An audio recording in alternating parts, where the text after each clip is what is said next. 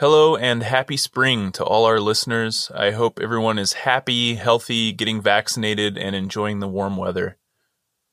We took a look at our analytics the other day and noticed that we now have listeners in 48 states and 52 countries, which is honestly pretty cool. One of our international listeners, Ash Dean of South Korea, recently wrote a short but sweet review of MFA writers on Apple Podcasts that says, "Well-crafted and interesting. Has already introduced me to some amazing writers and their work." Thank you, Ash, for saying that. And for everyone else, if you have a minute to leave a review, we'd really appreciate it, even if it is just a few words. These reviews help us grow and reach more people around the country and the world. And speaking of the other side of the world, we're excited for today's episode with Jemimah Wei of Columbia University. Jemimah was back in Singapore when we recorded this interview, so we'd like to thank her for going through the trouble of calling in late at night. And we hope you all will forgive us for any slight audio quirks in this episode that occurred from our less than perfect internet connection. Thank you all and enjoy the show.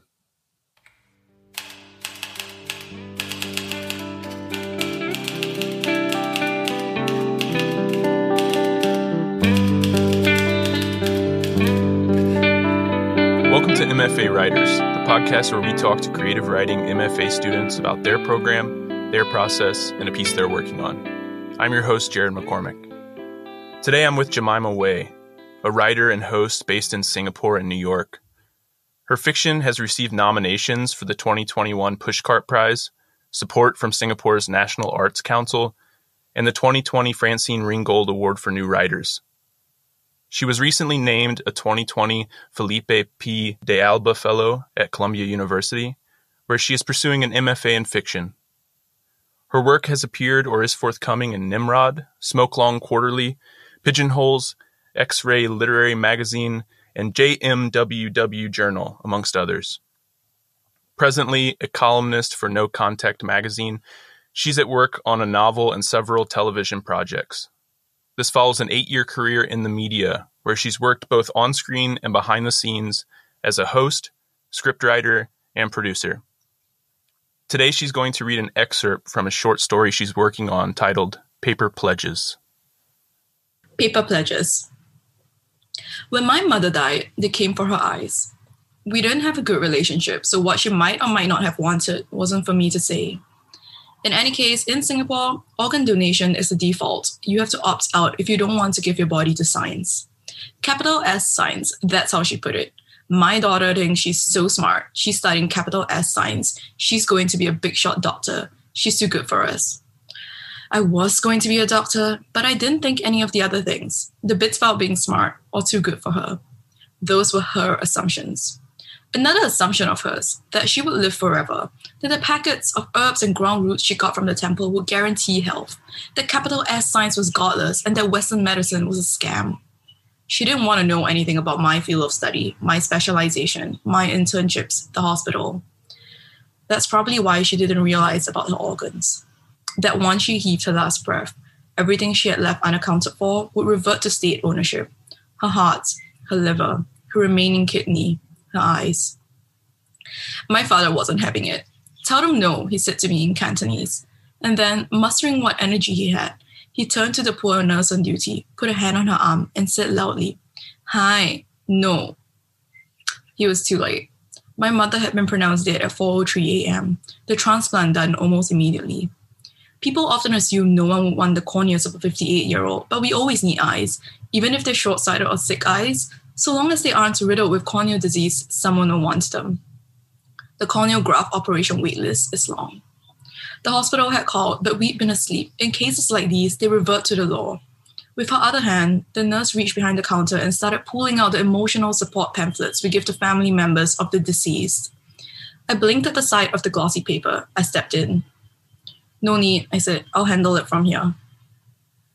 It took both of us to pry his fingers off her pink sleeve. He didn't seem to understand how to let go. "Come on, Pa," I said. "Don't make a scene." He was looking at the door as if to leave, but his hands had a life of their own. They closed over the nurse's sleeve in a frozen grip. "Sir," she said desperately. "Sir." Hi. It went on like this. I started to get paranoid. I was afraid one of my supervisors might walk in through the large swinging doors and recognize me, or that a junior doctor would step out of a ward and turn out to be someone I had taken a class with. I'd already run into an ex at a pharmacy yesterday. Although it hadn't ended well, we had agreed to part on friendly terms, to be adults about the whole thing. It was the kind of thing you said out of pride, to show you were being gracious and mature, while hoping you'd never cross paths again. Better if we had cursed each other out. At least he wouldn't have felt obliged to call out to me. Hello, hi, what are you doing here? Long time no see. Your mother? I thought you'd rather die than step into a hospital. Haha, yes, no, it's okay. I know you didn't mean it. Okay, bye. Finally, we got my father out of the hospital and into the cab. He sat in the passenger seat, holding my mother's purse in his lap. It was a grimy baguette-shaped thing made of nylon, a free gift she'd gotten with the bulk purchase of some tangerines a few years ago. It had "Everyday Fresh" printed on the side. I don't think it was actually supposed to be used as a handbag. It was a novelty item, like something you give to children to play dress-up with. There were no zips and no compartments, and you could see bright red threads coming loose at the sides. She was obsessed with all this crap. As long as it was cheap or free, she'd keep it. It used to drive me crazy. The thing was coming apart in my father's hands. He stared straight ahead at the road, but his fingers were whirring the back straps, more and more red threads fraying and unlooping in his hands. I'd have to figure out a way to get rid of it somehow. Now that my mother was gone, I could see my father hoarding everything she'd touched. He was like that. He followed in her footsteps, even if it were always a beat too late. When we reached, he went straight to their bedroom and shut the door, taking the purse with him. The apartment was worse than I'd remembered. Stacks of newspaper clippings, unruly plants, cardboard boxes, half-burnt incense sticks, bowls of mismatched fruit everywhere, plus it smelled weird, as if the air hadn't moved since the ambulance had come for her 2 days ago. I pushed the windows open and got the fan going, then stood in the center of the living room, looking around for a place to start. Everywhere I looked, mess seemed to multiply. It was all a bit much. I went into my childhood bedroom and sat on the floor. When I woke up, my entire body ached from sleeping in the cramped position. I stretched out momentarily confused. The sun had gone down and all the lights were off, the street lamps outside casting a strange purplish hue in the apartment. I got up and flicked the light switch. Nothing. "Pa," I called. "You there?" He had emerged from his bedroom and was sleeping on the couch, wearing a pair of green swimming goggles. I didn't mean to wake him, but when I approached, he sat up and skirted to the end of the sofa, away from me. "That's not how it works," I said. "Take those off." "You let them take her eyes." I didn't let them do anything. It was already done. He started rocking on the couch, moaning softly. I couldn't make out his words. When I came near to him, he moved away again. I got irritated. "Stop being ridiculous. Give me those." He stared at me, the pressure from the goggles making his eyes pop. I fought the sudden urge to laugh. It burst out of me in a snort. I wiped the mucus with my sleeve and sat closer to him.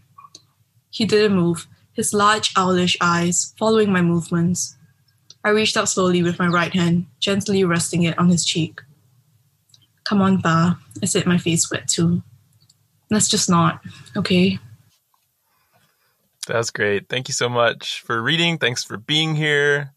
I just love talking to writers, especially emerging writers who are just getting into it like I am and like most of our listeners are. And you do have a unique experience. You were born and raised in Singapore. This story that you read is set there, but your home country is not always physically featured in your work. But still, there's no denying that each of our unique upbringings and cultural experiences heavily influence our writing. So in what ways would you say that your worldview has been shaped by your upbringing, and how have you seen this manifest in your fiction? Right. It's actually interesting that you mentioned that not all of my work is set in Singapore, because it is true that it's very recent that I started to write about being in Singapore, about living in Singapore. And part of that is because for me, it's always been much easier to inhabit characters that have very different experiences from me. I was brought up in Singapore, which, if you might know, it's a multiracial cosmopolitan city. The people predominantly speak English as a common language, but Chinese people make up the ethnic majority. And in many years recently, there have been a lot of conversations about class, race, gender divides that have come to the forefront. And so I think because of that, as well as with our experience as growing up in a country that has changed so much economically and socially over the past couple of decades, it's kind of easy to feel dislocated. At least I know that has been my experience. We grew so fast, and the conversations have changed so fast that it's been really much easier for me to access identities that are not Singaporean, or to, when I start writing, all my stories were not set here. They were set elsewhere or in nameless places. In my earlier years as a writer, it was really common for me to write things without referring to any physical landmarks. And that was definitely something that was picked out a lot when people who read my work, they were like, where is this? Where am I? Because people write in time, space, whatever time and space you write in has like social consequences, even if it's a fantasy novel. There are politics that come into play, the ways you interact with people, all of that comes into play based on your understanding of the rules of that world, because that social space has consequences. But that was not something that I felt that I was really able to wrestle with growing up. But now that I'm older, I feel like the identity of a Singaporean being very cosmopolitan, very international facing, was very important to me, because as a Singaporean, we're a very young country. We don't have the same kind of history of literature, pop culture, in the same way that other countries like America, the UK, Europe has, even like other Asian countries like Japan, South Korea. There are these like generations of history, and we don't really have the same thing. And so because of that, it can be a little bit scary, because it feels like we're going into a bit of an unknown. There is like a recent boom in Singaporean writing, but it's also new. And I think that something that I have tried really hard to wrestle with is I don't want to romanticize where I'm from. I think that that's a disservice to where I'm from. It doesn't allow a place or person or thing to become fully fleshed out if you just make it look beautiful. And it's important to me to very accurately represent the place and identity I'm writing from, to hold all these simultaneous realities of being international, yet diverse, yet existing within all these class divides, yet keeping to certain traditions and practices that may not make sense to people across the world. And that's not always easy. And that's also why I feel like it was easier for me to inhabit these characters very far from what I had experienced with. But then another thing about being a writer is you think to yourself, what are you trying to do? You're not just putting pretty words together on a page. You want to think about what your aims are as a writer. And so even if it's scary, it's something that I feel like is a challenge that I'm trying very hard to confront, even when it's easier for me not to. Well, this past year has been one of massive change, obviously, but the world, like you said, has been changing technologically and culturally for a while, with like increasing globalization, erasing some of those cultural barriers we've seen in the past. So what role do you think fiction and writing in general can play in better understanding and adapting to these changes? In other words, why read and write fiction? Well, there is answering that question in the context of our current pandemic, and answering that question more broadly. So with regards to the pandemic right now, I think it's, for me at least, a bit too soon to see how it will go. So we're still in the midst of the pandemic where things keep changing.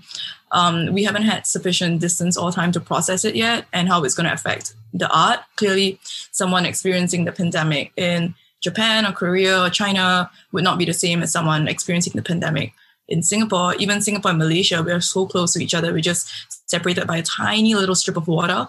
But the experience is so different, and we don't necessarily have access to understanding that yet. And I think that will come with time.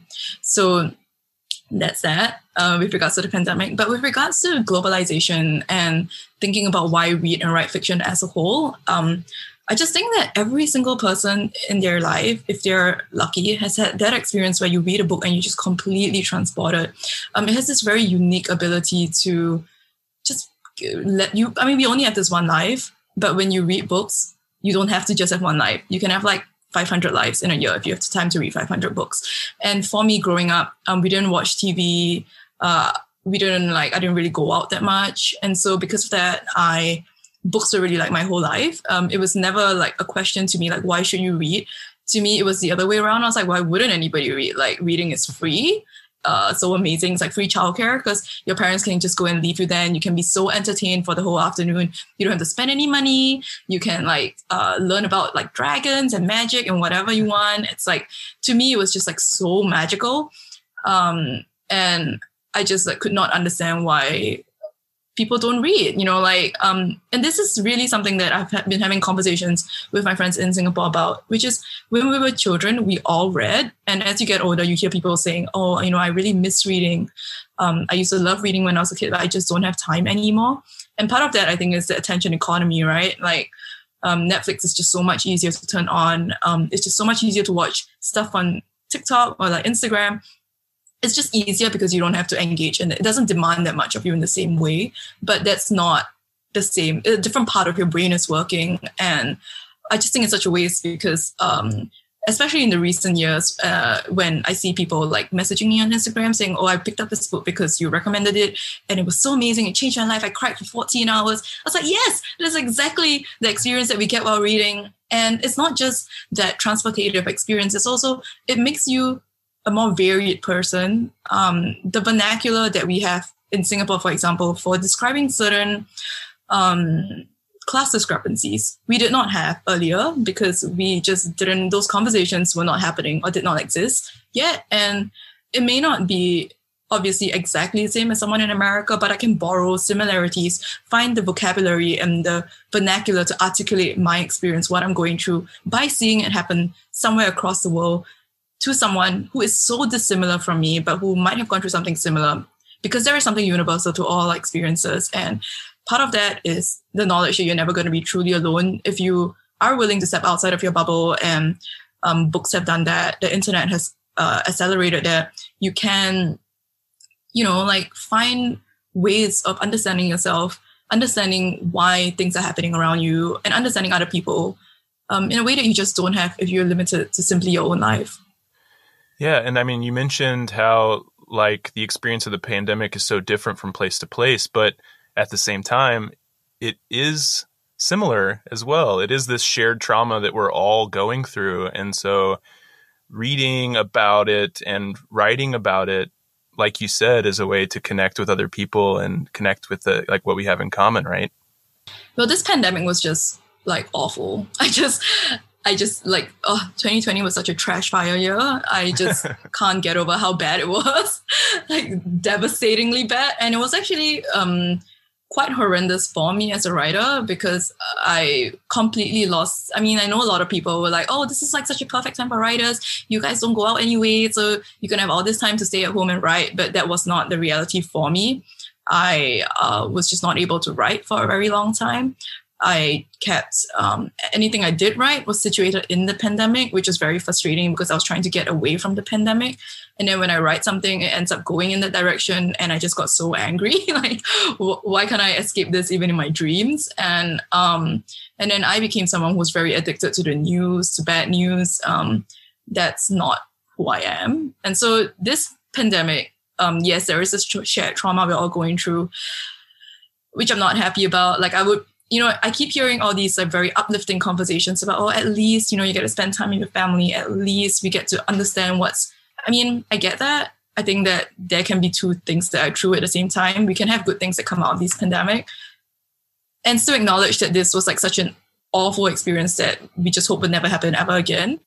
Well, from a writing perspective, I had a really similar experience. At first, when the pandemic started, I was really producing a lot of stuff. I had a little extra time. And then as it went on, because my writing is so character-based, I found like not spending time with other people and meeting new people really affected my work, where I was having really a lot of trouble developing characters in a way that I never had before, which was interesting and sad. So 100%. So I too am very ready for this to be over. So you told me that your work, and I thought this was a beautiful quote. You said, is attempting to distill exactly what colors your imagination, populate that fictional landscape with movements that work for or against those particular interests, and see where the resulting story and its voice moves from there. So do you mind talking just a little bit about your process? How much do you feel you're kind of like at the whim of your imagination when you sit down to write a story versus being in control of what you're producing? I generally have very little control in that I tend to just have a general idea of something that sparks a story. and I know where I'm trying to go, but try to get those people authentic to their beliefs in the story to go in that direction and see where it takes me. And I feel like I'm always learning when I do that. So in terms of process, it really depends from story to story. For me, I really think of stories as fruits, like peaches. And the one thing all my stories really have in common is that they all have a pit. So this is not necessarily at the center of the story, but it is something that sparks it. And then the work from there is trying to create that flesh around that pit. So I have, like I said, I have very little control in the first draft as to how the story goes simply beyond planting that pit, because the words and voices tend to reveal themselves to me as I'm writing, as do the events of the story. So, and then later on, I go back and I try to pare down some extraneous video, make some things clearer. And I also don't like to edit. And I think that this comes from not having formal pre-MFA training. So I started my MFA at the age of 27. And that was like my first real structured writing lesson, and I did do some creative writing classes in college, but it was like not as structured as an MFA. And so because of that, I didn't ever have any experience with like editing, like an eye or an ability to edit. I don't have that kind of capability. And so because of that, when I write straight through, I have this very huge reluctance to taking things out, to deleting things, which is why all my work is so long. And I find that because I don't want to delete things, I have to solve it later for myself as to justify why it's there, like playing a game with myself. So I only managed to learn editing very much later in this masterclass with Amy Grace Lloyd that I took in Columbia. And it was such a relief. That's also the reason why I chose to read from this story that I'm working on right now, Paper Pledges, because that was my experience with the story. In that I was having high fever and I was in like this conference and I heard the lecturer Binnie Kirschenbaum say actually the first line of the story, which is when my mother died, they came for her eyes. And I was in this feverish haze and I wrote to her immediately saying, that's like a very good line. The only thing I wrote down because I was sick, so couldn't hear anything else, but can I use that line for something? And she was like, yeah, go ahead.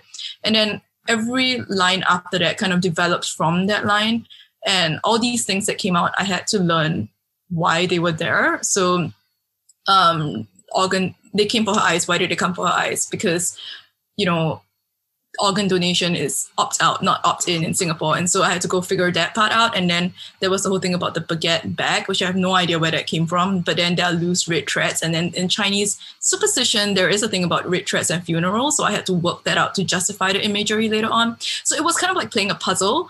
And that is the most challenging and most fun part for me. And but it is like really a struggle because when that story was finished, it was like 10,000 words. And I was like, this cannot be.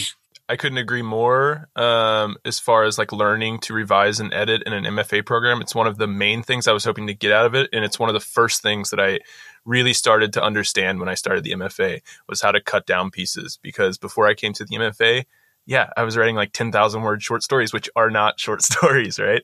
And you have to be able to cut out paragraphs even if you love them because they don't work in that story, which I think goes really well into the next thing I wanted to ask you about, because this past year you published a flash fiction piece titled Waiting in Smoke Long Quarterly. It was a finalist for their Smoke Long Quarterly Awards. It's a wonderful piece that I found and read that hits on some of the things that we were talking about earlier, at least partially one person's experience of the pandemic in Singapore. And you told me that this piece threw open the doors of how incredible the flash form can be. So I'm curious if you could talk about what you've learned from writing and publishing that piece that you've used in your other work. And I mean, I don't know about you, but for me, writing flash is a great practice and revision. I definitely agree. I had no experience writing flash before Waiting, and I think I really got so lucky because it was a combination of factors coming to write Waiting. It was partially because, I was very bad at editing, like I said. And then I need to start learning how to write shorter things. So I don't end up with this hot mess of 15,000 words narratives that are not really, like no one's going to sit down and read it. Not everyone's Hanya Yanagihara. Nobody wants to read like 500 pages of my inner thoughts. So because of that, I was trying to train myself to write shorter pieces.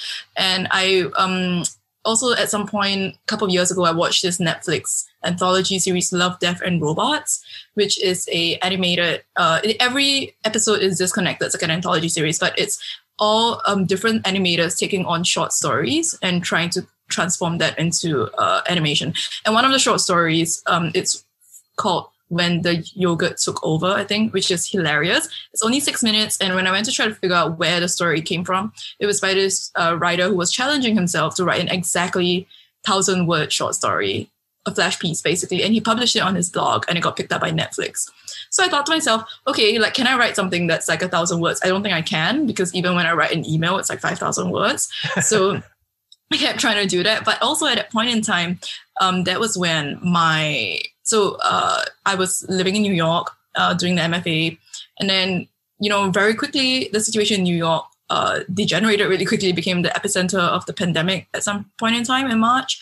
And I was just staying there, like, not sure what's going to happen. And then I got recalled back to Singapore. So like a Thursday afternoon, my government called me and they were like, can you come back? I was like, all right. And then Saturday I had to leave. So it was really quick. I didn't see it coming. It was just like, I was so overwhelmed by all the changes that were happening so suddenly.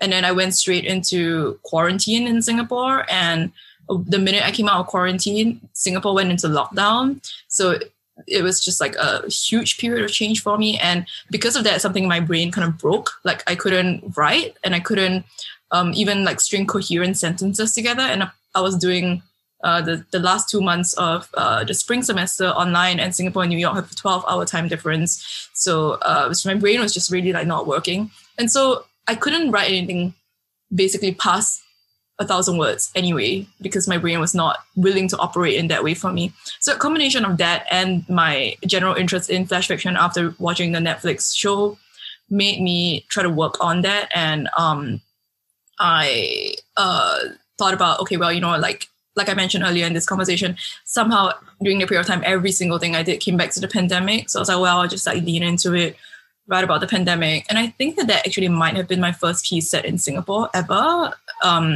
Because before that, everything I was working on was set in other parts of the world. And so it was like a very interesting experience for me. And I got so lucky with it because I thought that it wasn't going to go anywhere. I just submitted it because I saw a call on Twitter for the Smoke Long Quarterly Awards. And I submitted it and I was so shocked that they replied and said they liked it. This is like my first publication internationally ever. And I just like screamed. I was actually on a Zoom call with another writer. We were doing a workshop, and I was just like, we were having a bio break, and I went on my email and I started screaming, and she was like, what happened to you? And I was like, I think somebody accepted me for something. I just could not believe that this was happening.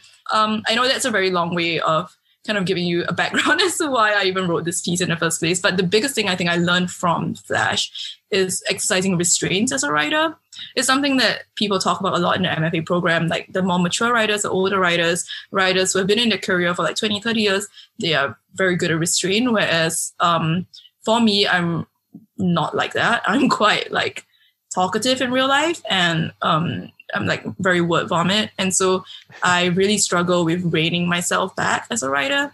And because of that and the fact that I'm not good at editing, I just felt like I needed to learn to teach myself restraint as a writer. It's like important to do that, how to compress, how to edit after writing that piece, Waiting, and then connecting with this like incredible Flash community on Twitter, which is really like supportive and amazing. And it was really when I became a bit more active on Twitter as well, realizing that there are other writers out there that I can connect with in the pandemic who will actually reply me. I was so shocked.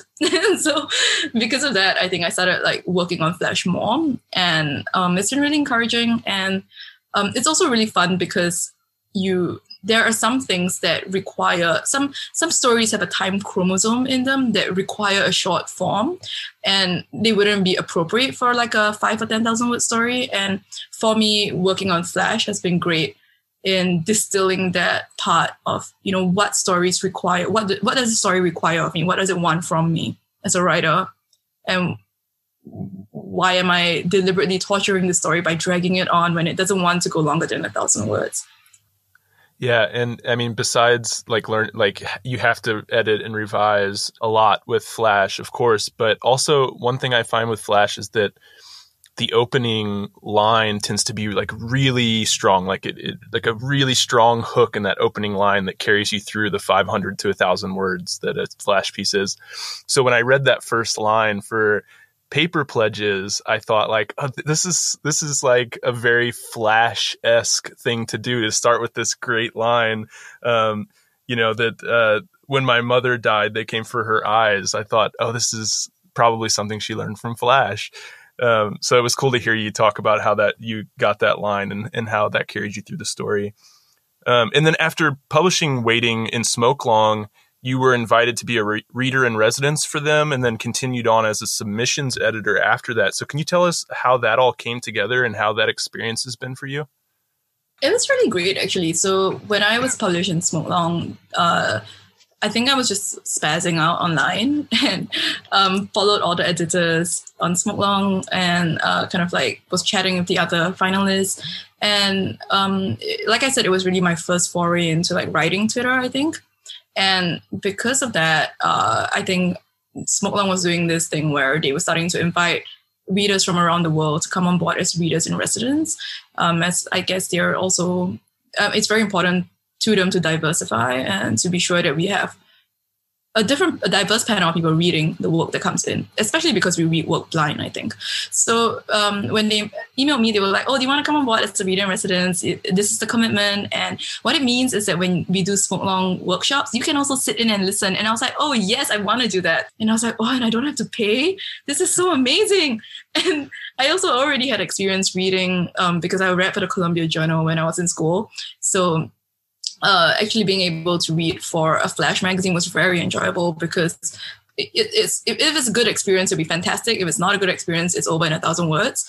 Whereas if you're reading for a magazine that doesn't only do Flash fiction, you could be stuck with a story for 8,000 words waiting for something to go somewhere.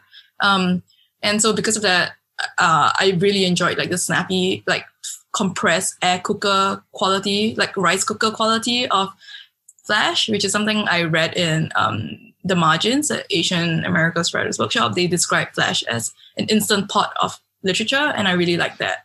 When my term as a reader in residence was over, Chris from Smoke Long emailed me to say, do you want to come on board actually as like a permanent submissions editor? And I was like, yes.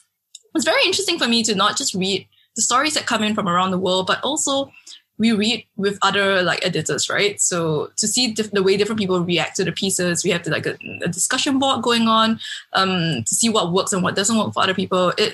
It's like attending a workshop, kind of like an abbreviated version of a workshop. And it makes me a better writer because it helps me become attuned to things that I may not have noticed previously. And, everybody on the reading team, like the editors and like submissions editors and the readers in residences, they're all writers in their own like capacity. They're all really smart and really intelligent and really caring when it comes to the work. And so it's been really illuminating to see how it goes on like kind of behind the curtain. And I think like reading for a Flash magazine specifically kind of helped me also attune my inner ear. So, every writer kind of has this gut feeling that leads you to accept certain feedback and reject some other feedback intuitively, even if you don't totally know why. And a big part of growing as a writer, I feel, is refining that feeling and learning to listen to it and learning to feed it so that you know when you're like rejecting a piece of feedback because it's making you defensive for certain reasons or because you just know in your heart that that's not right for the story. And so I always, when I'm reading for Smoke Long or for any other magazine, I always come back to that scene in Ratatouille where Remy, the rat, holds the bread up to his ear to listen to the crackle. It's a bit like that for me when I'm reading the first sentence of any piece because I feel like you can hear the tension, you can feel the pace, the voice, the concerns in the currents of that voice, even if it's not plainly laid out.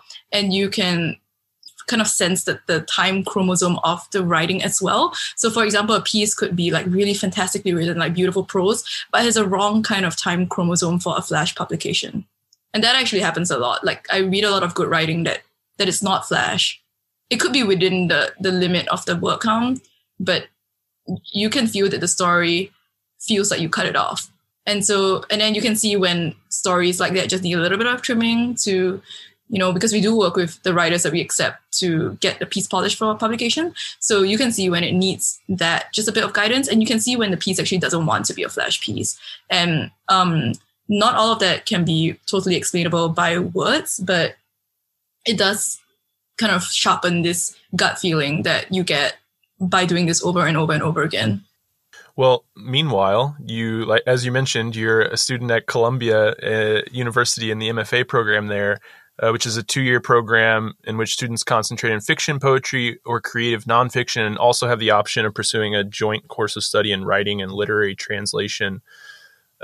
Before we get into like the nuts and bolts of the program, I wanted to talk a bit just about MFAs in general.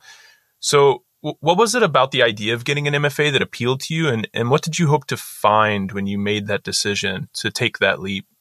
Right. So I actually, like I said, I grew up in Singapore, and a bit about me is that I am not from the kind of class background that allows me to not work. The idea, and it's not just growing up in a poor family, it's also the fact that in Singapore, a very pragmatic nation that grew economically very, very quickly, there is this narrative of, we have to be practical over here. We need to make the money and like support the family. And so because of that, the idea of just taking time off to write, it was just like so luxurious. Like I just did not imagine that it could be possible. So because of that, I was really only writing for fun. Like I didn't think it could go anywhere. I was just making stuff up. And then I took a 4-month-long workshop with Tash, or the Malaysian writer, in Singapore in 2016. So that was the first time I saw close up what a working writer's life might look like. So in terms of visualizing a possible future as a writer, that was very powerful for me. And artistically, I think also that experience was the first time I had someone really read my work with care, ask the questions that helped me refine what I'm trying to say, trying to distill and discern the intention and concerns that I had as a writer. All of that was immeasurably valuable to me. I could actually feel myself physically growing in those 4 months. I could feel like my writing muscle expanding. And I just knew that I wanted the chance to be able to replicate that again, because once the workshop was over, Tash went back to, I think at that point in time, he was half living in London half the year and Singapore half the year. And then the rest of the time he spends in Malaysia with his family. And I was like, don't leave. You're like, this is the first time I've ever experienced something like this. But of course, he had to go. And so we kept in touch. And he was actually the one who recommended that I apply for the Columbia MFA, where he used to teach. Some people can write while balancing a work life, but I can't, because I was a freelancer and I was a very pragmatic freelancer. And when you're a freelancer, you're always working because your time is directly linked to your income. And so by the time I was done with work, which would run till 10 or 11 p.m. at night, my batteries were basically flat. And I would keep justifying it in my head as, I need to make money so that I can afford to write. But then I wasn't writing because I was trying to make money.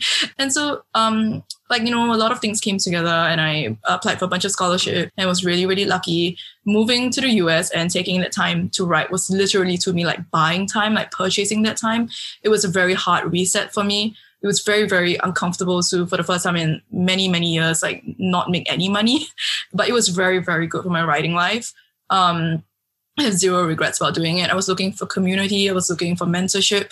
I was looking for that experience where I could say I'm a writer and not do the embarrassed laugh. Like, I'm a writer, haha. People are like, oh, writing? What are you writing? Like textbooks? No. Are you a journalist? No. Are you a copywriter? No. So, it's a bit hard to explain, especially because it's not so common in Singapore.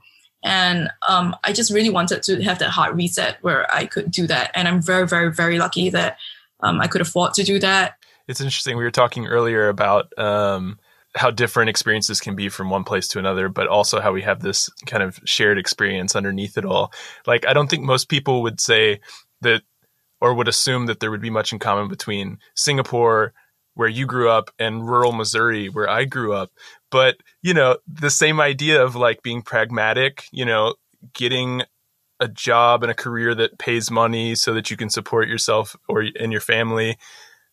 That's what I grew up around as well. And so the idea of taking time to just write, especially fiction where you're just making stuff up, is kind of a foreign idea to a lot of people there. So it can be really important to get into that community, like you mentioned, to see people who have made a career out of writing, and then also meet other people who are at the same place you are, who are trying to make a career out of writing. So I think that's a really important part of MFAs. And do you think that do you feel like you've found a really good community there in Columbia on both sides, faculty and in your cohort? I feel like I found a good community, but I feel really sour about the pandemic because it really felt like in the first semester of the first year, everyone was a little bit shy and awkward, especially if you've been working for a while, going back to school and being hi, my name is Jemimah, this is where I'm from, please have lunch with me. It can be really weird going back mentally to school when you've been working for a while. So because of that, I think everyone was kind of adjusting in the first semester. And really I was adopted very quickly by 2 second years who invited me to their house and did really fun readings with me and everything. And I feel really grateful for that. But definitely I was making a real effort to try and navigate all these new relationships, new friendships, while not really understanding a lot of things about America. And part of that, trying to understand what is this physical place I've stepped into. That's kind of the early stages of any relationship, right? Trying to understand where you're at, how you relate to it. If the pandemic never happened in alternate reality, that community, which was just starting to warm up to, people were starting to get less awkward, starting to make plans to hang out outside of school, that would have blossomed. And it's something that a lot of us actually complain about when we catch up online, because a lot of us feel just as we were starting to get make more friendships and get more open with each other, especially because writing is such a vulnerable space that you're putting yourself in, that everybody feels nervous and tentative. This thing had to happen and we were all separated. And for me, it was very difficult because I came all the way back to Singapore. I felt really disconnected from everyone and I felt really paranoid because I felt like I've worked so hard to get to Colombia, to get to the US, to move my whole life. I left a well-paying career behind. I postponed my wedding. I, left my family behind, and then this thing happens. And then what if it's all for nothing? What if everybody's writing life moves on without me? And I never write again, or I write, but nobody wants to workshop with me because I'm not physically there. It's very inconvenient for people in the time zone and everything. So there were all these worries for me. But I was very lucky to have found mentors and also peers in Colombia. I really look forward to the day when I go back to the US and can finally conference with all these people in person again. Also because I think logistically it's quite difficult if you're in Singapore. Well, I lived for a couple of years in Taiwan, a couple of years in South Korea, so I know that whole time zone dance that you have to do to try to stay in touch with friends and family, and it's difficult. It really is difficult. So there's this criticism that I hear a lot of MFA programs that they turn everyone into the same type of writer. And you told me that in pursuing an MFA, you were hoping to better understand where you were going as a writer, what it was you had to say, and find that space within yourself that it would allow that goal to change and evolve as you wrote. So do you think that the program at Columbia has fostered and encouraged your individuality as a writer? And do they support experimentation and things like that? Yeah, and I'm sure everybody's experience is different, but for me, that was true. It's a huge program. I think there are 80 of us in a batch. And so and we have a huge faculty, and I'm sure, a thing that always comes up when we talk about Columbia is how expensive it is. And it is really staggeringly expensive.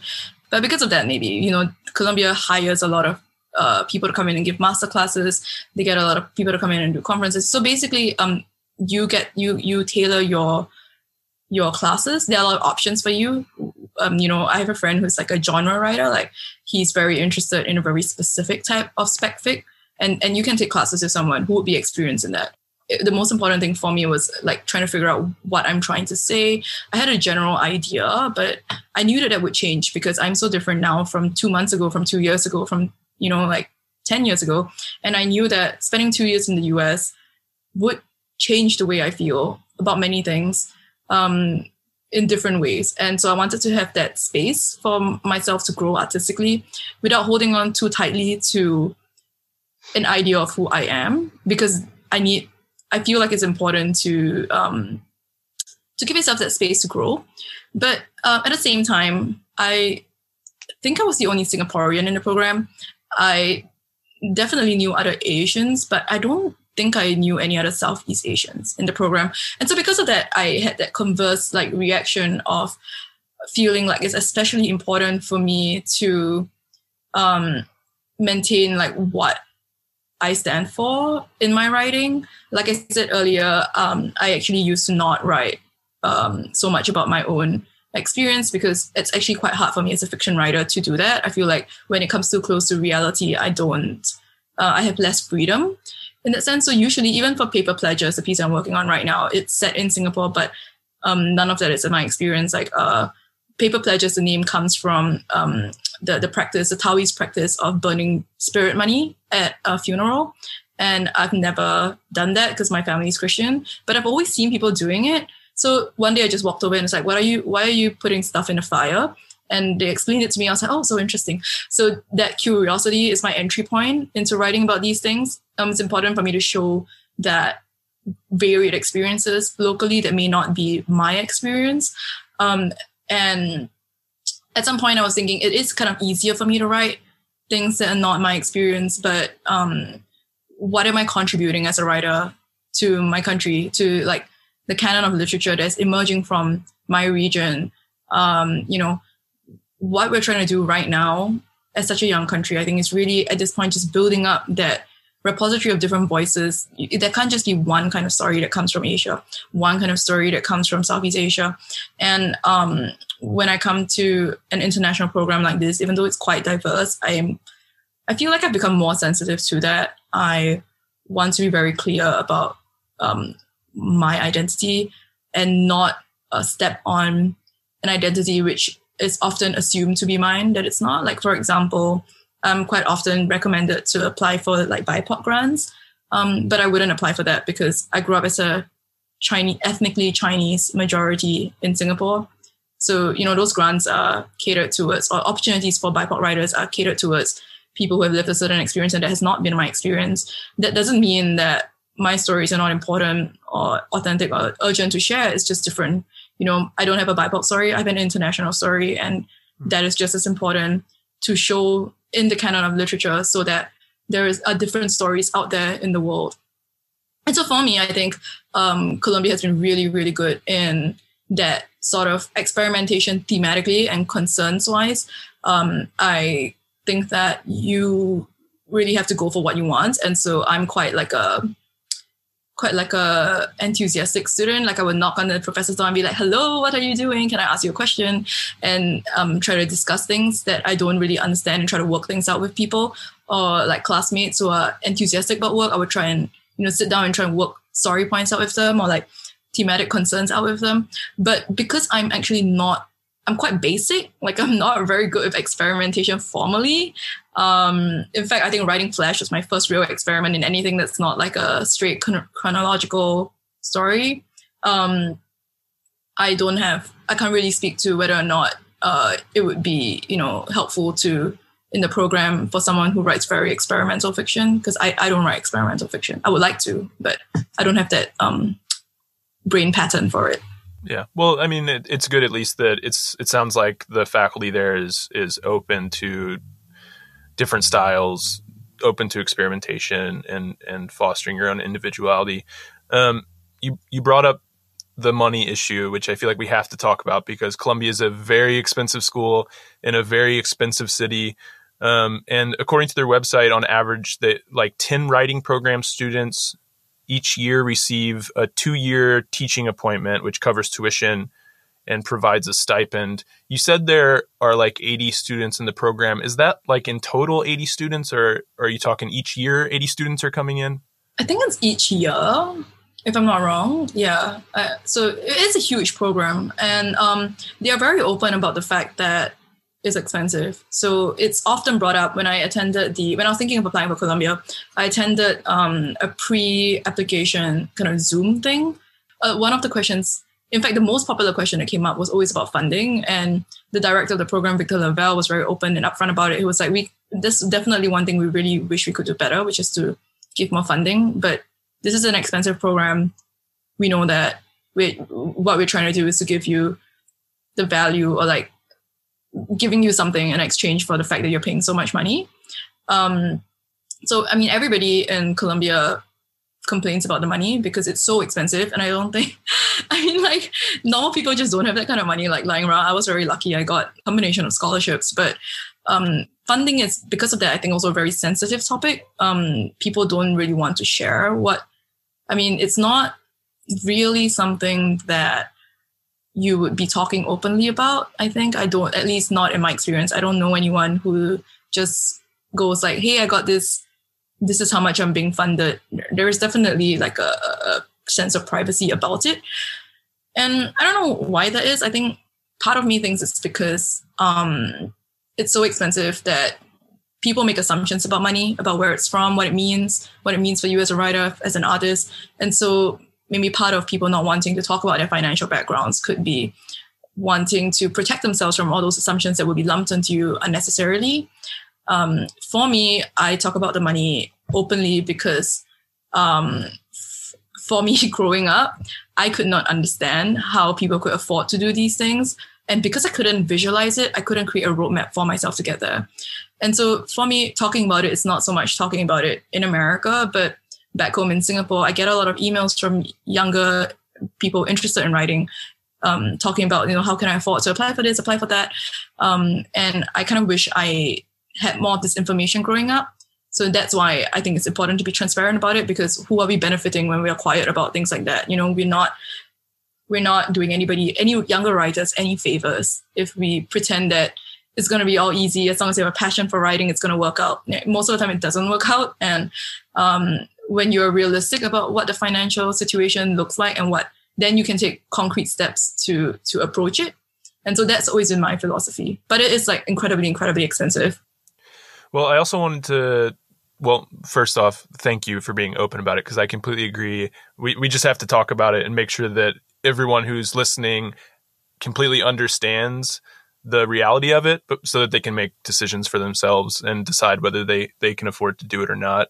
But I also wanted to talk about the workload at Columbia, because I was looking on the website. It's a 2-year program that requires 60 credits of coursework to complete, which is a pretty heavy workload compared to other programs. The website says that every semester, students take a workshop and on average 3 craft-oriented seminars and or lectures designed to illuminate, inform, clarify, augment, and inspire each student's experience and practice as a writer. 4 classes a semester is quite a bit. How have you handled that workload? Okay, so the only right answer for this is that I'm a bit of a nerd. From young, I've just loved going to school. I get excited learning about new things, even if I'm bad at them. Like with math, I was just fundamentally excited about the challenge, even though I was struggling throughout my schooling life with math. So for Columbia, it was kind of the same. I know people talk about it being a high workload, and I guess it is, but I would be pretty upset if there were a low workload because of how much money we are paying. Like I want to read everything. I want to learn everything. I want, if I'm going to pay this much money and put my life on hold, it's not just the money, it's also the opportunity cost of like putting a pause in your life when you're 27, 28, as compared to if I went on to grad school right after graduating. The kind of like stakes are much higher for me. For me, at least, that's how it seemed to me. The stakes were much higher, choosing to put a pause on my life and go across the world and move across the world. And so because of that, I feel like good, give me more work. I'll only have 2 years here. I'm not going to spend my whole life here. So, but it is like definitely a huge thing. I don't know, like I don't feel as if it's a bad thing, because most people, as a Columbia student, as a writing student especially, you have access to everything else the college has to offer. So I had a friend who, we have a medical school. She wanted to write a story about an operation. So she was like, can I come and observe an operation? And they were like, oh yeah, sure, whatever. So, they are quite good. The writing department is quite good at giving us opportunities across the school. So if I wanted to, I could go and take a linguistics class or a translation class or, something that, because they really understand that writing doesn't happen in a vacuum. You write out of things that you need to be fundamentally curious about things outside of your experience, about things around the world. And maybe you're inspired by history or you're inspired by science or math or architecture, and you could go and take a class or audit a class in one of those things. The writing department is quite supportive of that, so that you can come back and feed your writing even more. For me, because I moved across the world to learn craft aspects of writing specifically, I haven't actually taken anything outside of Columbia yet, but we do 1 workshop and 3 seminars, and you can take a maximum of 18 credits. So being the kind of person I am, I've always maxed out that. So I've done like a workshop, 3 seminars, a lecture, and 2 masterclasses in one semester. And I felt like so happy doing that. I was like, yes, I'm getting the most out of this program. I'm learning so much stuff. And so to me, I don't see it as a bad thing. So outside of workshop, what have been some of your favorite classes that you've taken? So this editing masterclass I took with Amy Grace Loyal, like, truly changed my life. Like I said earlier, I was like I'm really not a good editor. And even though it was just a short 6-week masterclass, it was just so amazing and so wonderful. She is ex-Harper editor. She now works for Script. She's edited people like Jess Walters, Charles Yu. And it was just amazing to hear she has so much energy, and the entire workshop took place on Zoom, but there was none of that connection being lost from not being in person. And for me, that was really instructive in learning how to kind of read my own work with an editor's eye and become a little bit more brutal, learn how to pick up the threads in my own work and follow them through to the end. Amy is also very generous with her time and energy, and I'm very, very grateful to her for that. I think for me, that's like one of the most important things. It's not just what you learn, but also the connection, or that intangible things that you get from people that you learn with and from. That sense that maybe you're not there yet, but what you're doing is worth pursuing. And it's very difficult to overstate like the amount of like confidence it gives an emerging writer who doesn't have that kind of background where it's considered a normal thing to write. And other classes I enjoyed were Binnie Kirschenbaum's seminars. I've taken 2 of her seminars now, and she's been a bit of a mentor to me. I really, really love her. Ayana Mathis came to give masterclass, which is also fantastic. Lara Vapanya does very specific craft seminars, which are really like amazing. She does like a seminar on the architecture of the story, which is about structure and form. And when I took that class, I really challenged myself to try and learn to write in those different forms, because like I said earlier, my brain's pretty basic. I just go in one direction. And it's really like point A, point B, point C. And learning with her, I could kind of learn all these different techniques and try to apply it to my own writing, playing with chronology, with time, with structure, with form. And all of that was very, very, very helpful to me. She also does this other, I think what else? I think she does another, building a scene. So all of that is obviously very targeted. So there's that kind of classes in Columbia where it's craft oriented.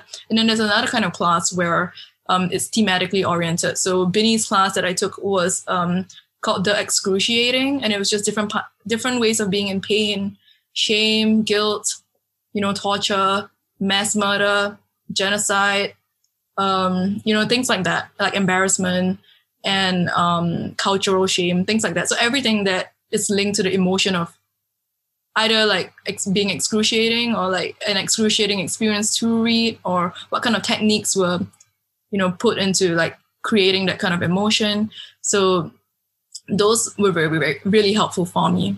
And then you mentioned earlier that you did some work for the Columbia Journal. I was curious if you could talk a little bit about what kind of extracurricular opportunities are available through Columbia.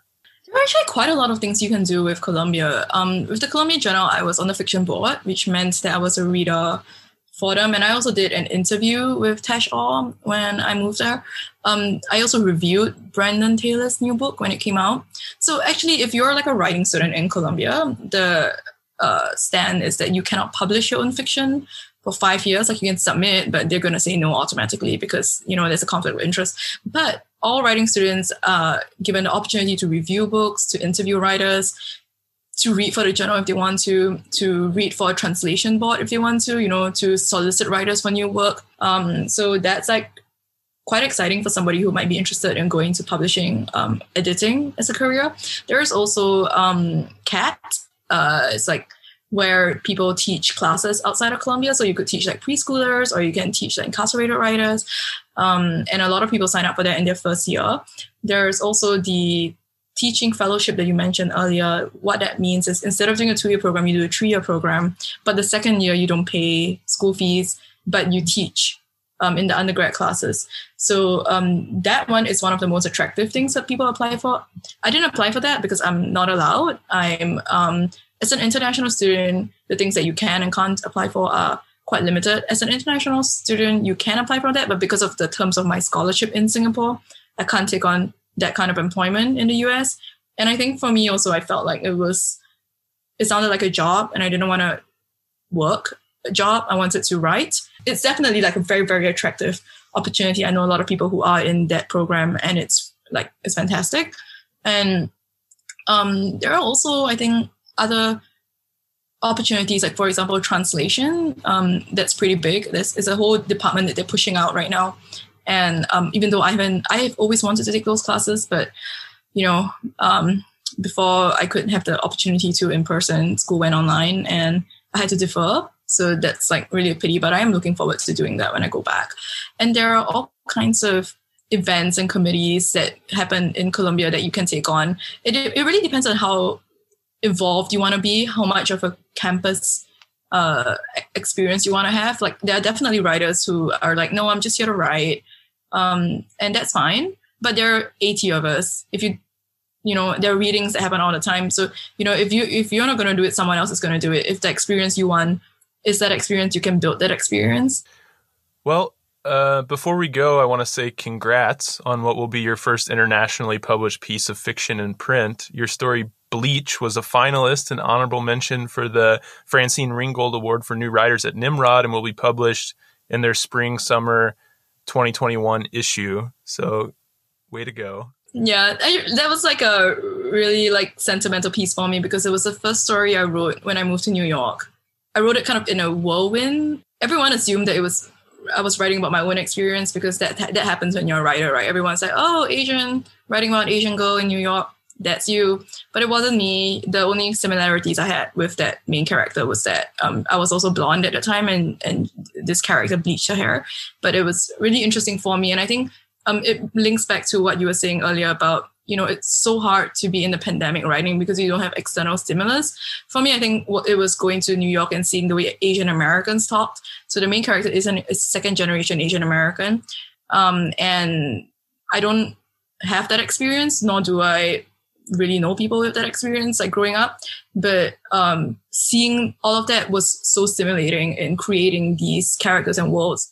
That is really exciting. Congrats. And you told me that 2020 was really when you first started submitting. So kind of last word here, do you have any advice for emerging writers out there who are thinking about taking that submission leap in 2021? Please just do it because, submissions is such a numbers game. I didn't submit for the longest time because I was so, afraid. I just thought that no one would be interested in anything I had to say or anything I had to read. And I think nobody would be interested in reading anything I had to write. And I did submit once or twice and I got rejected. And then so I took my poor injured feelings and never did it again. And that just does nothing for you, I think it's just part of submitting and developing that taste for rejection is really important as a writer. And the more you do it, it doesn't become easier, but it stings just a bit less when somebody rejects you. In fact, just before jumping on this call with you, I just got a rejection. So I was like, all right. But now instead of feeling lousy when I get a rejection, I feel really galvanized. Like, oh, okay, well, so this didn't work. That's fine. I'll make it work in a different way or something. Or somebody else will want it. Or maybe nobody wants it and I'll just have to improve because that's the only way things can go, right? Either you get better or you give up. And I'm not going to give up because I already put all my eggs in this basket. I'm going to be a writer forever. But I also think another more practical thing would be to volunteer as a reader for journals because actually I did something like that when in 2018 I went to work in publishing house in the UK. So I worked as a slash power reader for Aiken Alexander, the literary agency. And for State HarperCollins, I also did an editorial assistantship with them. And part of that was I was trying to understand what it looked like to work in a mature publishing industry. What does it look like to pitch to people? What's the process like? How do writers make money? What do contracts look like? And reading those letters that come in from people, understanding as a reader myself, what grabs my attention, what makes me want to keep reading, what is a major red flag in a submissions cover letter, all of that stuff. Nobody teaches you how to do all that stuff. And you only learn from experience. So I definitely recommend volunteering as a reader. Yeah, embrace failure, embrace rejection, and just keep going. Jemimah, thanks so much for dealing with the time difference and stopping in to chat with us. This has been great.